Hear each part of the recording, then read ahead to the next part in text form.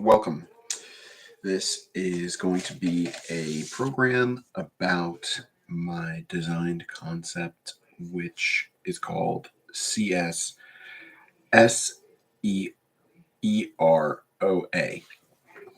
or Cs-Sier-Oa.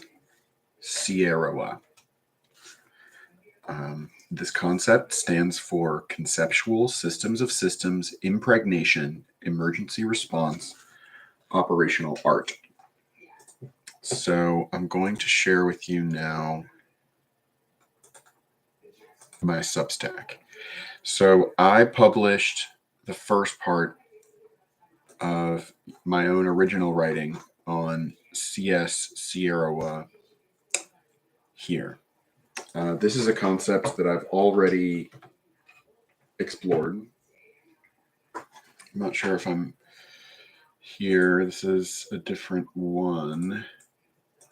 I literally have the logs there, but of course, astute readers will of course be familiar with Grimes AE, and there's a number of essays that involve this concept here already. Sorry, I got some oatmeal in my teeth.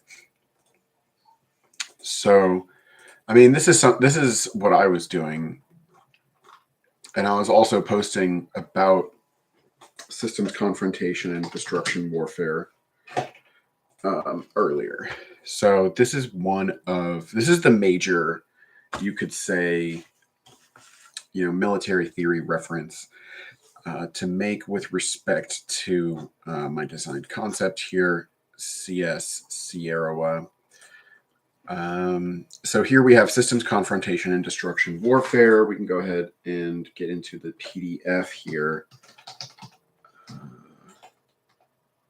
I think they talk, maybe they don't even mention systems of systems here. That's pretty embarrassing. So I guess that reference can't come from there then. But, or maybe it does mention system of systems.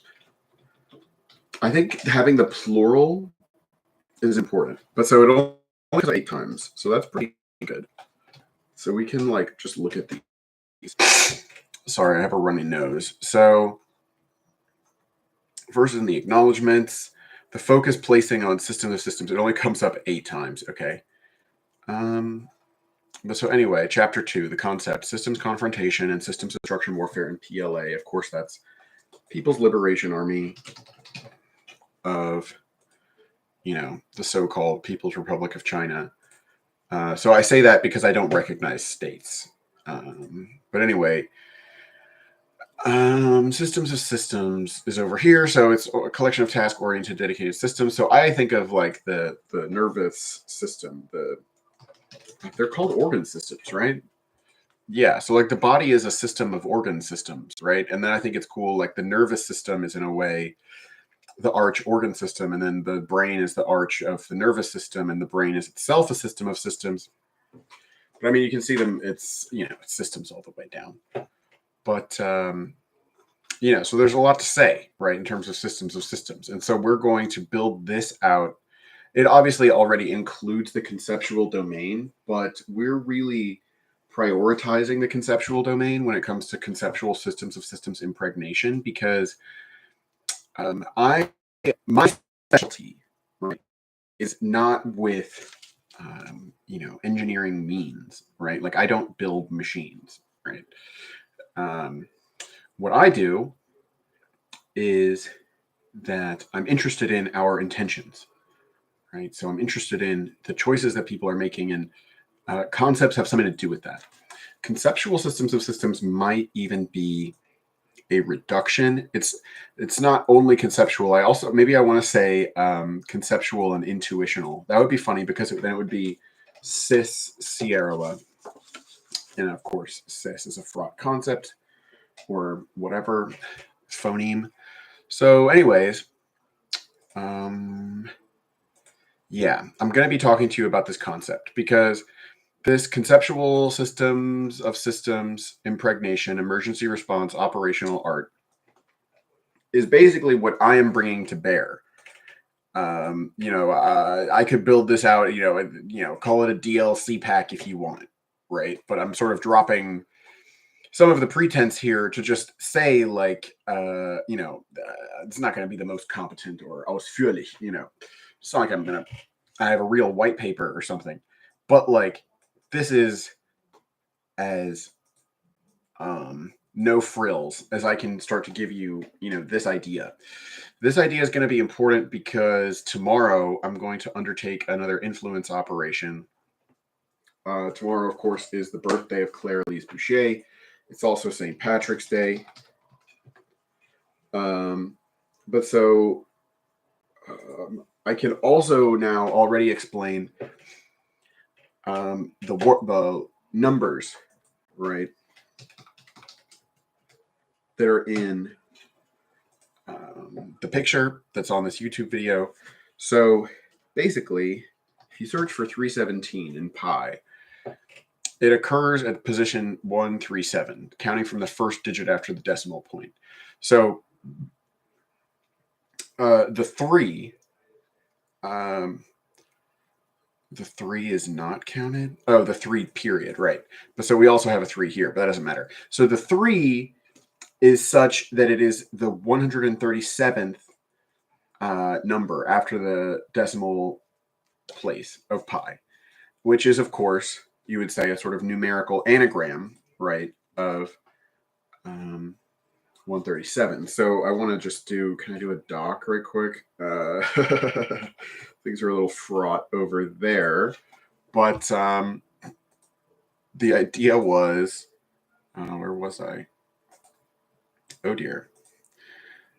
Basically there's two things. First of all, it appears pretty early on, right? 137. I mean, this is out of 1,000, right? So it's a little early, whatever. There's a 13.7% chance. So two things. One, the anagram thing. The other main anagram that I think of that comes to my mind is unit 731. I'm sure there's other ones, like you can go through the years and start to pick out, whatever, right? I mean, we can go look at the year 317, right?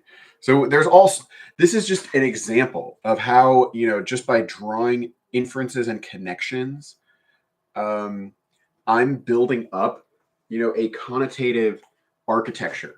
So, here I am, I have my Substack post, right, which is laying out this operational concept and describing some of its constituent parts. Meanwhile, I'm already putting it into, I've been putting it into practice, right? I've been doing this for a long time. But more importantly, I'm now theorizing for you in real time, right? The influence operation that I'm going to do tomorrow, which of course is 317, right? 2025. It'd be so great if it was like there was 2025 right after that, but it was 2535. Anyway, I really need to sneeze or something. I feel so embarrassed. But there's also just no tissues. As we live in a disturbing universe. So let's just see, Constantine the Great and they elevate their sons to Caesars. Okay, Constantine is doing stuff. Okay. But so obviously, notably, later on to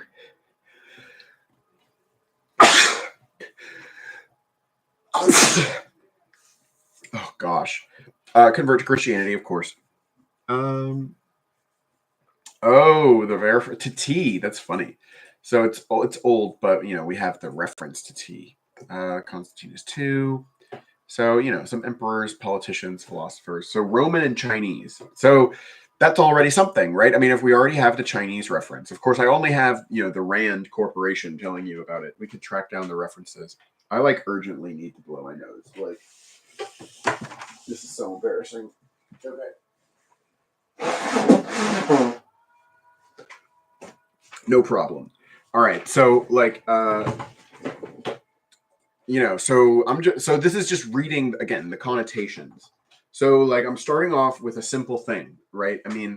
What am I doing, right? I'm intervening into the world situation, right? Because things are in a bit of a dire strait. Let me just try and address the camera here for a second. Like things appear to be in a dire strait. Let me not be looking at myself though. Like things are in a dire strait, right? So what I'm going to do is I'm going to take it upon myself to do something about what's going on. I'm taking inspiration from Jean Baudrillard writing about logical types. So basically, you've got to be sophisticated in order to make a difference. It's not just about the amount of force, right? The amount of people in the street. It's not about, your wealth. It's not about the money in your bank account, right? What ultimately matters is the quality of your intention. Because if you start to, the way I was describing this on one of my recent things was, of course, really what there is emergency response. There's always things to do, but of course there's also war. But I mean, not everything falls under the category of war immediately, right? Like if you're having a disagreement with somebody that you really care about, that's a conflict, but like that's different than systems destruction warfare. Of course, that's the whole thing, is how it comes to seem like, oh, I thought I could trust you, and now we're going to have this existential conflict between us, and people are always so like surprised that it happens, right? It's like, oh wow, how did it fall apart? It's like, what are you taking for granted? Like the issue is, right, in order to have a domesticity, you have to have like the marriage bed, if you're just talking about friends, right? The abode, right? I'd like to hang out with you under the sea in an octopus's garden, right? I said that backwards, but the point is there has to be the place where you're going to be, and so what is going to furnish that place? And so people, are so dismissive, right, of our bureaucracies and the deep state and the government and everything. I don't acknowledge institutions, right, mind you, but what I'm saying is you need to have a begrudging respect for the fact, right, that there are systems of systems that allow for you to have a space. And if the United States or whatever, if some warmonger somewhere was not defending their turf, right, you wouldn't be able to live in the same way. So it's a very delicate thing that we're doing. So not only because of that, so basically there's several aspects to the situation which make it such that non-kinetic means are actually more powerful.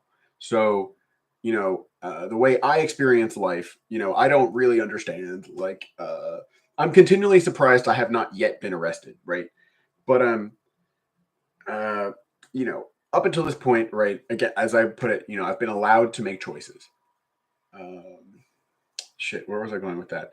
Oh, right. So what I'm basically describing is that, again, non-kinetic means are decisive, and so to do a kinetic means, right? In the first place, right? It sort of ends the game, right? At least in my case, I'd have no anyway. It's not really worth getting into. This is I'm going to say like I don't have tactical. I have no idea that I would get away with anything, so it's going to end my freedom or whatever. But again, I purposefully or like that's why I don't have any intention of cultivating those skills, right? It's actually a benefit of mine, or also just the fact that I'm like not even in shape, right? Like I'm not gonna fight you, like I can't, you know what I mean? Like so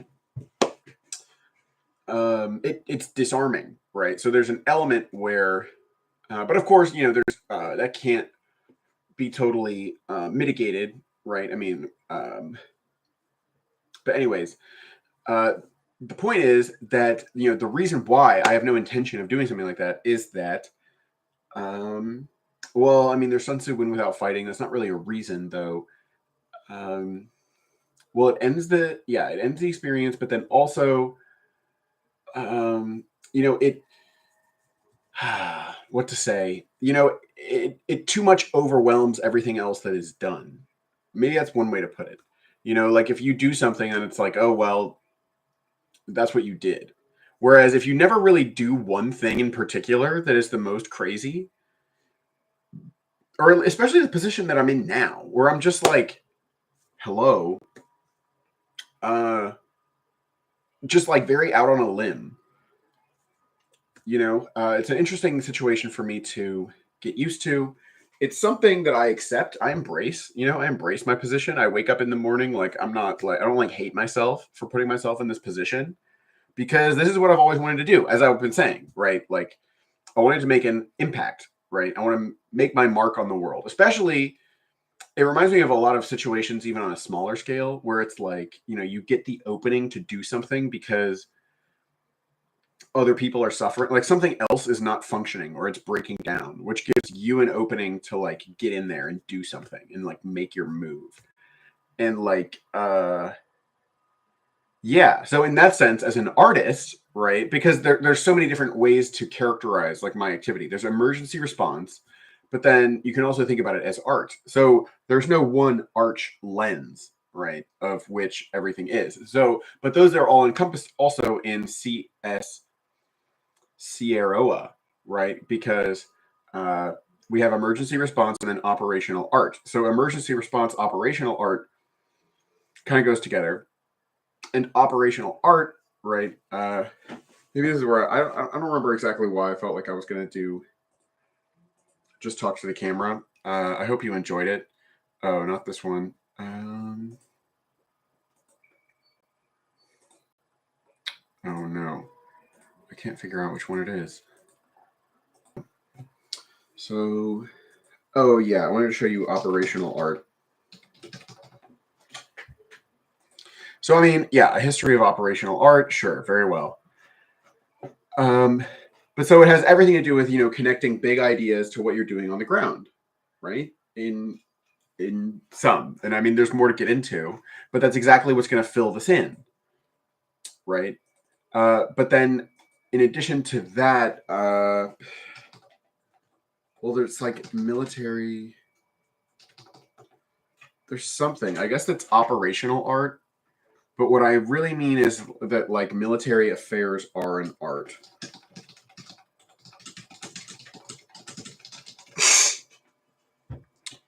The view that the conduct of war is like largely an art is not entirely new. Mixture of art and science. I mean, obviously. So yeah, the science versus art of war. Right, that's the other one, the art of war. Right. Anyway, so again, they're here talking about linear strategy. So like you basically have a classical era where you have the amalgamation of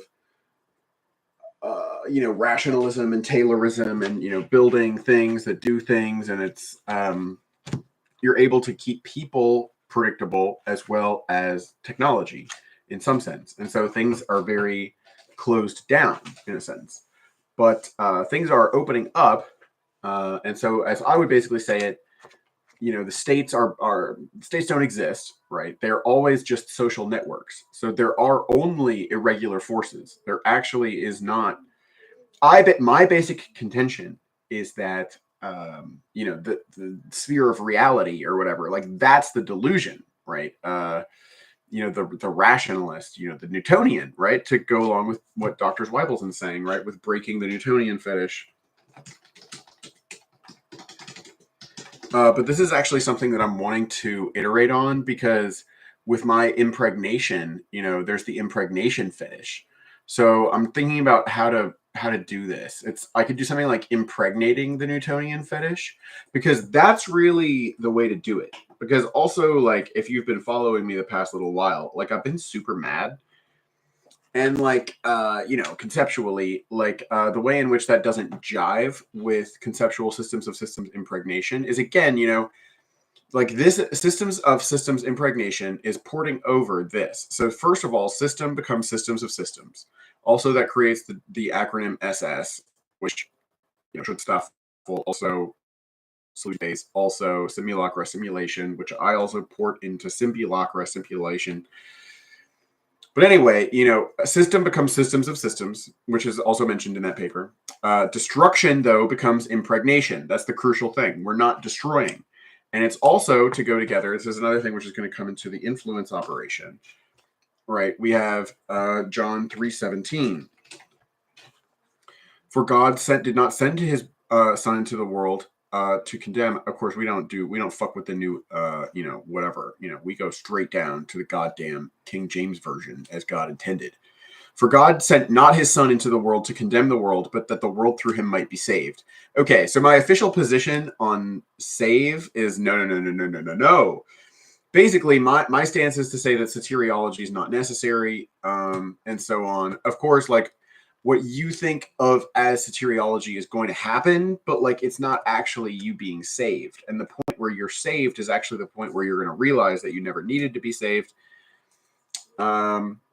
But, you know, again, what you call saved is just like you going across a certain threshold, like which is going to happen, of, you know, basically coming to gratitude. Like being saved is where, you know, you're all of a sudden happy that everything happened. And, you know, you see how it all fit into, you know, what had to happen and that it was all for the best or something.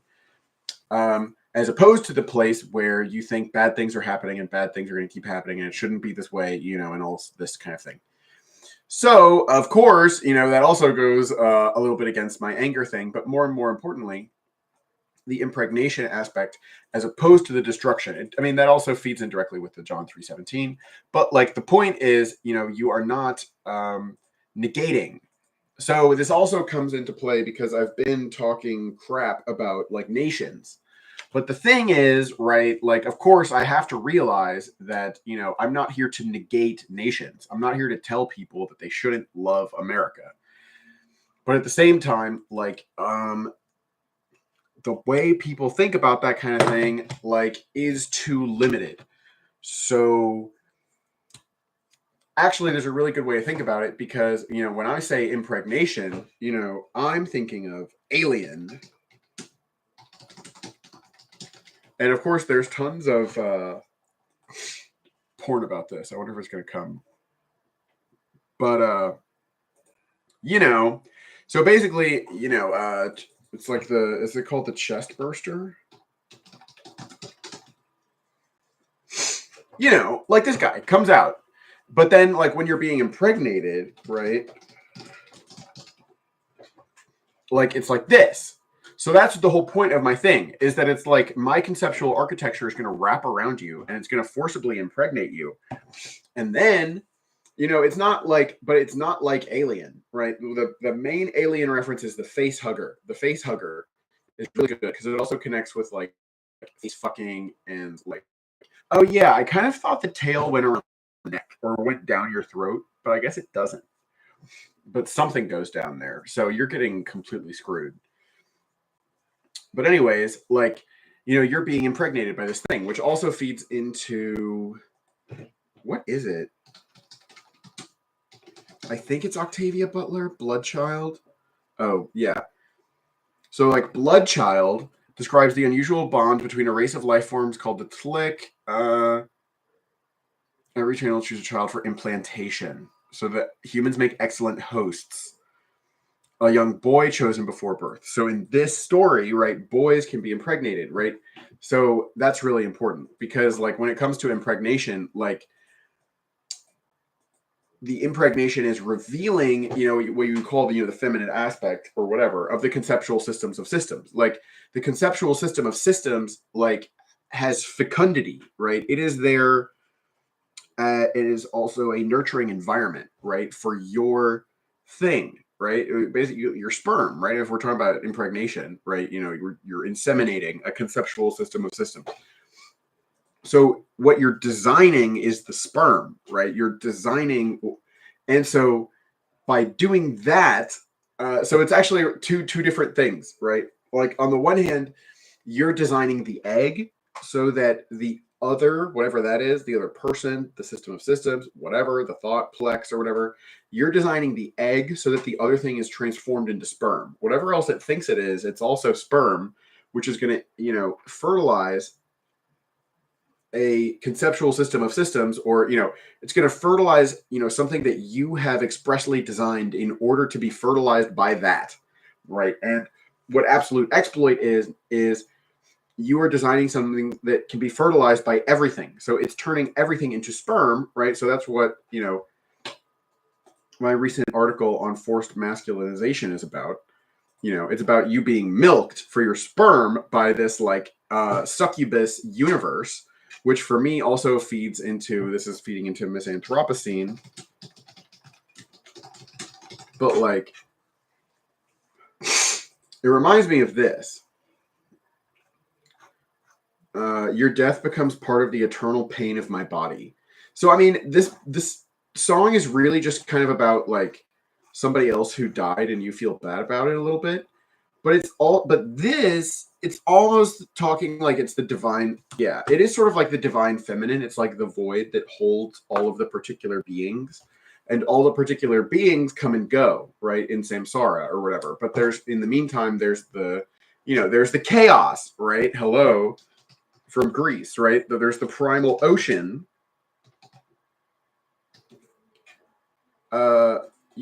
which again, for me, ties in directly into this oceanic feeling.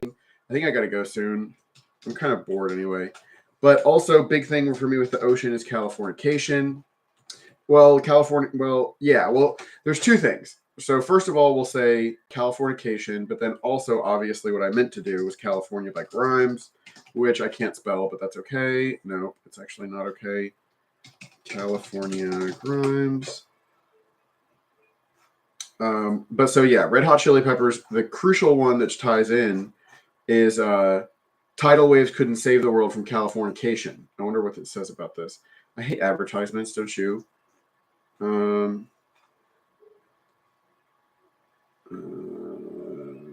Okay, whatever the song was, it has AE, so that's pretty funny. But anyway, in this one it says, when the ocean rises up above the ground. And then, we can also tie that in directly with Andromeda, which I also posted about today. So this is all tying together. But see, this was not planned. So this is now retrospectively bringing in my 622 Instagram post about Andromeda, which was, of course, connected in with Zeitgeist Weltschmerz Gesamtkunstwerk Blitzkrieg, because, of course, 622 is fucking June 22nd, which is the day that Operation Barbarossa was launched, which is Redbeard, which just like, Simone Weil was the red virgin of whatever, as everybody knows. But anyway, this is lift the heart from the depths it's fallen to. So the heart is the Titanic. So within this, you have to imagine that the, here comes, this is actually totally perfect, right? So, the heart is the Titanic, and now the ocean is rising up above the ground. So, no. So we're lifting the heart from the depths it's fallen to. We're raising the Titanic. But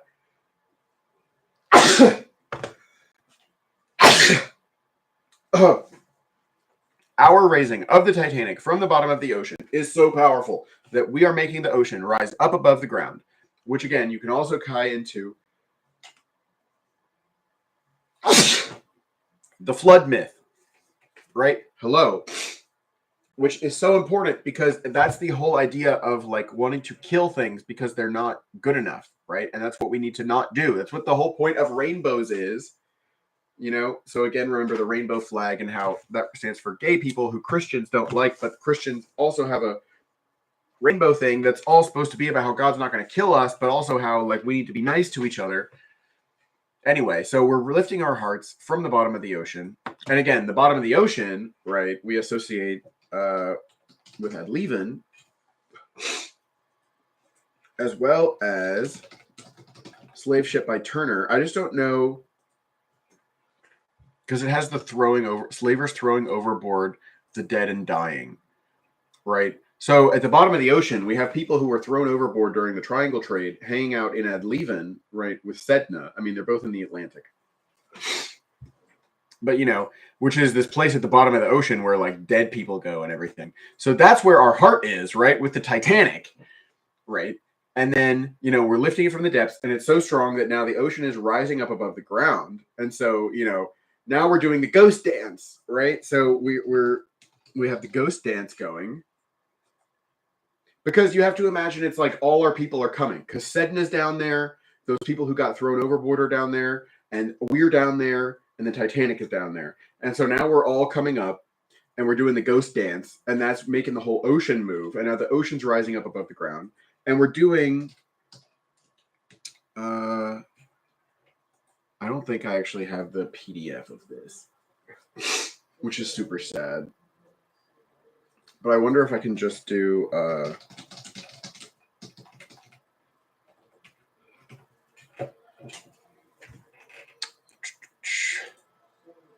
Is this going to work? Cool. So yeah, if we're to be honest with ourselves, we must admit that the Negro has been inviting whites as well as civil society's junior partners to the dance of social death for hundreds of years, but few have wanted to learn the steps, because its condition of possibility and gesture of resistance function as a politics of refusal and a refusal to affirm a program of complete disorder. One must embrace its disorder, its incoherence, and allow oneself to be elaborated by it if indeed one's politics are to be underwritten by a revolutionary desire. So I mean, this is not radical enough for me. Like the dance of social death is in quotation marks. Um, first of all, like it's in Dama language basically, so it doesn't mean exactly what it says. But anyway, like this is an important signifier because the dance of social death is also the ghost dance, right? So I mean, ghosts are dead, remember? And so we have the dance of social death from Afro-pessimism, right? So we have the dance of social death of blackness, right, combining with the ghost dance. So that's like the black ghost dance. That's what I call it. I also want to tie this in with the Boxer Rebellion. There were like these talismans.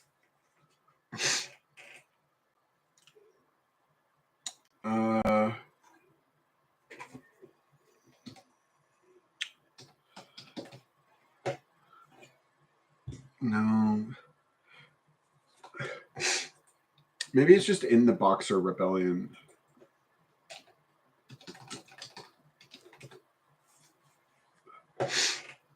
Oh dear. The thing was, they like. Yeah, is it gonna mention talisman? Maybe it would, because it's supposed to like stop bullets. Damn, that's so sad.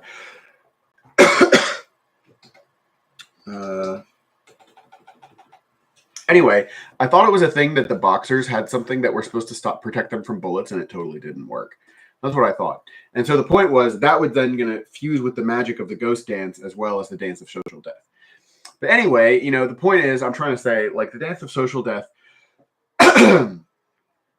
Resistance is obsolete. Politics is obsolete. Refusal, yes, but there's also acceptance. And there's a sense in which acceptance is not an affirmation. What you're accepting is precisely the lack of affirmation, which is to say the lack of positivity, which is to say the lack of normativity and discreteness. Because, there's another aspect to this where I think it's in the Undercommons, the Afro-pessimists are discussing non-normativity and comparing it in some sense to Buddhism and saying that that's somewhat on the right track. And so if they're going to use that as a little bit of a pivot point, then I basically think that I know what they're talking about. Like what they're talking about is that, the white world or whatever, because this is exactly what I'm constantly pissed about, which is why I like Afro-pessimism, again, not as an ally, right? And if you've seen what I've done, right, in terms of whatever, like, you understand, like, I'm not here to make sure that Frank Wilderson thinks I'm a good person, right? Or immediately understands my solidarity or whatever. I'm not following anybody's lead, put it in that sense. But precisely that is what it is. It is, I think it's weaponization of social death. Let's see.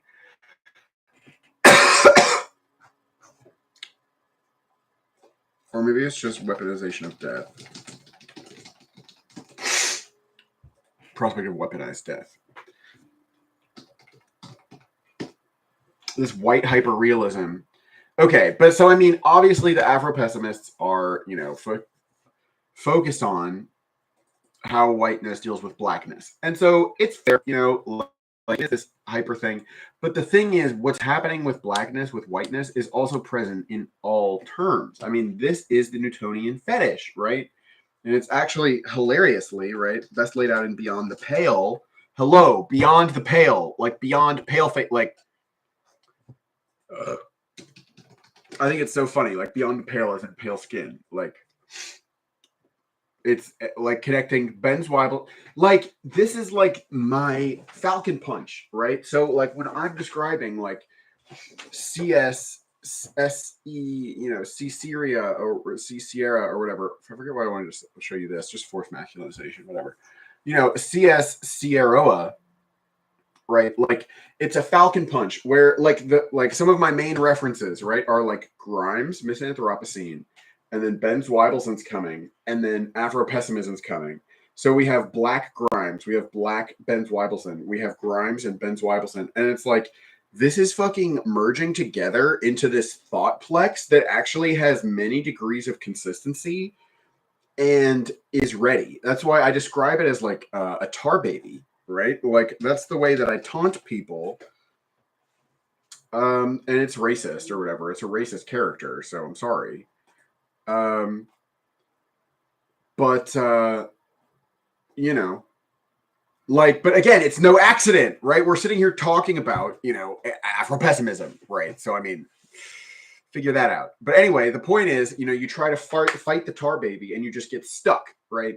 So the thing is, if anybody ever like you can't sit there and take me seriously and try to like refute what I do, right? I mean, it's literally like obviously there's too much for you to respond to. You don't care to respond. If you responded to everything that I said, then you would show me too much respect. Like you would lose because I would be shown such respect that then I would become impossible to ignore.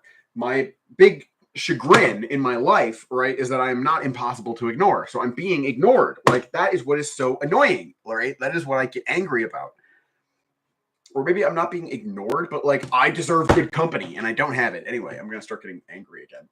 But so anyway, like part of what's happening is this tar baby. So that's what I'm saying. We have Grimes, Ben, Afro, and then what's also amazing, right, is that these are people, right? But then like there's Baudrillard. Baudrillard's dead, right? But I mean there are children. There is another, right? But there's other people who care about Baudrillard, so there are people who are implicated. But especially these living people like Frank Wilderson, Grimes, and Ben, like you can call it parasocial. I've like corresponded with Ben. I've talked with his colleagues on the telephone. Like that's not parasocial at that point, right? And then like I believe that I was spoken to by Grimes on the telephone, but I'm not going to sit here and say that I know that for sure. But anyways, oh my goodness. So, and then Frank Wilderson, no connection. Although I did get an email back from Calvin Warren asking him to discuss Ben Zweibelsen. So maybe I got him to look into him. But anyway, so like it's building this amalgam. So that's part of what's happening. So like, as I said, you're building an egg. But it's an egg that at the same time is a sperm because the whole thing goes in both directions. So I think I mentioned before, right? You're building an egg so that everything else is a sperm. But you're also building a sperm so that everything else is an egg.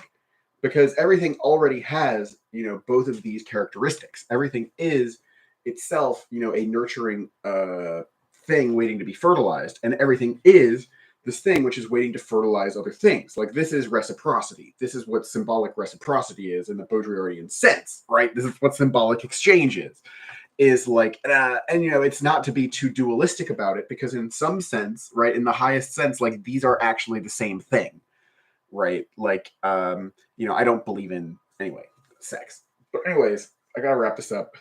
So that's been a little bit about this. I told you a little bit about what I'm planning for tomorrow. 317.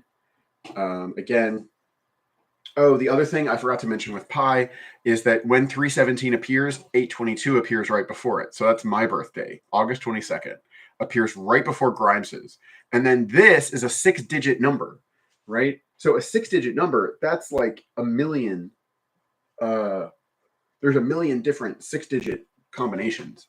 So I feel like the chances that it would appear in the first 134, but that's a sort of fine tuning argument. I don't actually believe in fine tuning arguments. That's where it's like, oh, what are the odds that the gravitational constant? Oh, there was also, what was it?